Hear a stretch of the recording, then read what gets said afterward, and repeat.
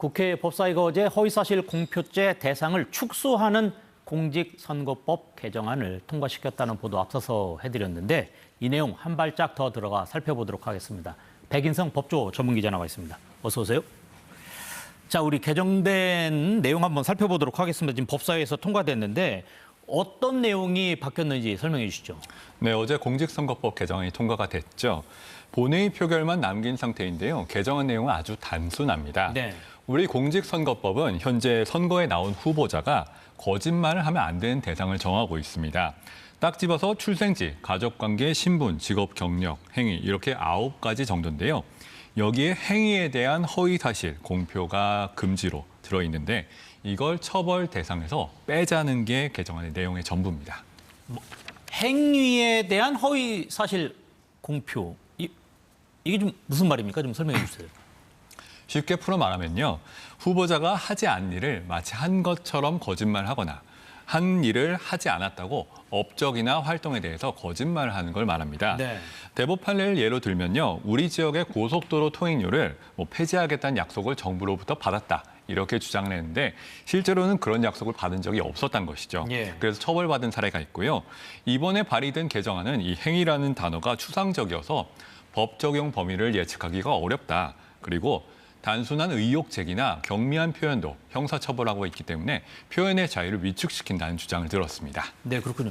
지금 민주당 이재명 후보가 사실 이 조항과 관련돼서 기소돼가지고 재판을 받고 있는데 어떻습니까? 이게 지금 국회 본회의를 통과하게 되면 어떻게 되는 건가요? 이 개정안이 실제 입법이 되면요. 현재 행위로 인한 허위사실 공표 혐의로 재판을 받는 이 후보를 비롯해서 피고인들은 처벌의 근거 규정이 없어졌기 때문에 유무죄 판단 없이 면소 판단으로 끝나게 됩니다, 재판이. 네. 공교롭게도 윤석열 전 대통령도 2022년 대선 당시에 김건희 여사 도이치모터스 주가 조작 의혹 관련해서 허위사실 공표의 혐의로 수사를 받고 있는데요. 이렇게 수사 중인 피의자의 경우에는 개정안이 통과되면 처벌 대상이 아니게 되고 따라서 불기소 처분을 받게 되고요.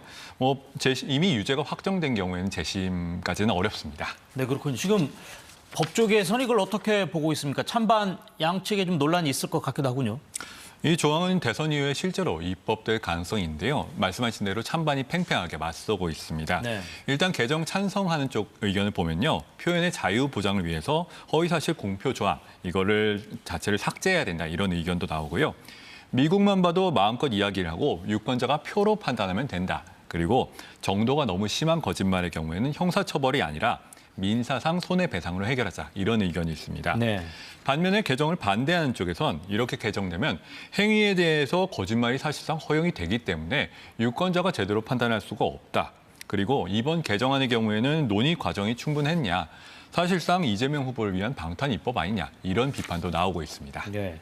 자, 지금 어떻습니까? 근데 사실 이 행위에 관련돼서 예전에 한번 합헌 결정이 나온 적이 있죠. 그렇습니다. 헌재 결정이 한 번 나왔었습니다. 네.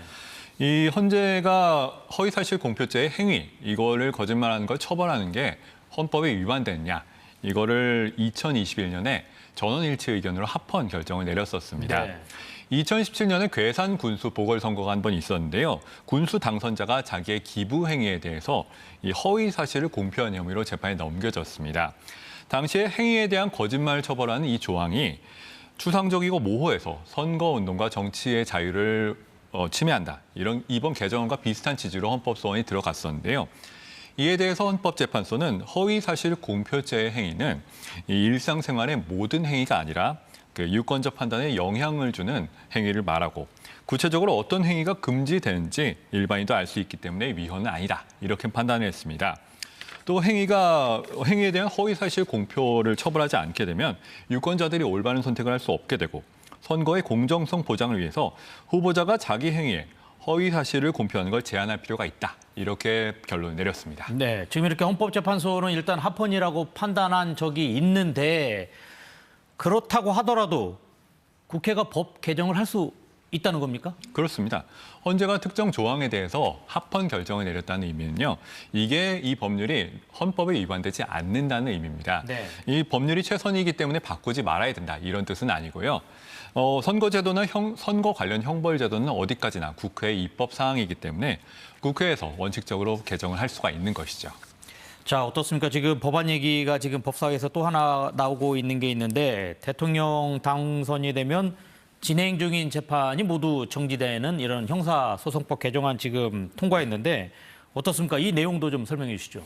네, 지난주에 개정안이 통과됐습니다. 형사소송법 개정안이었죠. 네. 구체적으로는 피고인이 대통령에 당선된 경우에 그 임기 종료 때까지 내란 외환죄를 제외한 진행 중인 형사재판을 멈추는 것을 내용으로 하고 있습니다. 네. 우리 헌법은 대통령이 내란 외환죄 외에는 그러니까 재직 중에 소출당하지 않는다. 이런 불소추 특권을 규정을 하고 있는데요. 네. 기소가 되지 않은 건 확실한데 이 기소가 되어서 이미 재판이 진행 중인 경우에는 어떻게 되는 건지 규정이 없었기 때문에 이번에 규정을 만들겠다는 겁니다. 이 법안이 본회의를 통과해서 공표가 되면 이 후보가 만약에 대통령에 당선이 되는 경우엔 이 후보가 받고 있는 5개 재판이 모두 임기 후로 미뤄지게 됩니다. 뭐 이 규정에 관련돼서는 몸이 오래전부터 이 해석이 참 다양했는데 이것도 계속 찬반 논란이 일고 있죠. 그렇습니다. 우선 개정에 찬성하는 쪽은요. 불소추 특권은 대통령의 국정 운영의 안정성을 보장하기 위한 조항이다. 그래서 법에 명문화할 필요가 있다. 그리고 소수 의견이었지만 헌재가 소추의 범위에 공소 유지도 포함된다고 얘기를 했기 때문에 당연한 얘기를 입법한 것이다. 이렇게 주장을 하고 있고요. 네. 반면 개정을 반대하는 쪽에서는 대통령의 직무행위와 관련 없는 범죄까지 면책을 해주는 것이다. 그리고 특정 후보를 위해서 법률을 개정하는 것이기 때문에 특혜 논란이 있다. 이렇게 맞서고 있습니다. 네, 그렇군요. 오늘 여기까지 듣도록 하겠습니다. 지금까지 백인성 법조 전문기자와 함께했습니다. 고맙습니다.